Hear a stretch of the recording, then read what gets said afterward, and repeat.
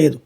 ఎందుకు అంటే స్వయంగా ముఖ్యమంత్రి ఉన్నదే ఎఫ్టిఎల్ లెవెల్, బఫర్ జోన్ కూడా కాదు, ఎఫ్టిఎల్ లోపల, కట్ట లోపల, కట్ట మీద కూడా కాదు, కట్ట లోపల, కట్ట వెనక, అదే కట్ట పైన ఉంటది, కట్ట వెనక అంటే అర్థం ఏంటది? వ్యవసాయానికి మాత్రమే వాడాలి. మొన్ననే మన జడ శ్రవణ్ కుమార్ గారు మన దగ్గర డిబేట్ లో చెప్పుకొచ్చారు, పక్కన మంత్రి సత్యనారాయణ రాజు ఏమని తీసుకున్నారు తెలుసు? పర్మిషన్, ప్రభుత్వం పర్మిషన్ ఉంది అంటున్నారు. ఎందుకు ఏమని తీసుకున్నారంటే అదేది ఆయుర్వేద మొక్కల పెంపకం అని పర్మిషన్ తీసుకున్నారు, అంతే తప్పించి హాస్పిటల్ కడతామని, ఆశ్రమం కోసం కాదు.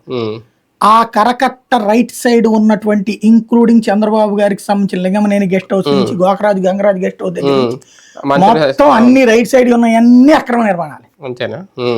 అది మనం చెప్పట్లా, దేవినేని ఉమామహేశ్వరరావు గారు ఒకప్పుడు మమ్మల్ని అందరినీ, మీడియా అందరినీ 4 బోట్లు మాట్లాడుకుని తీసుకెళ్లి చూపించారు, అదంతా చూపించారు. ఇదిగో ఇది మేము వచ్చిన తర్వాత దీన్ని తాట తీస్తామని 2014 ముందు తెలుగుదేశం అధికారంలోకి రాకముందు చూపెట్టారు.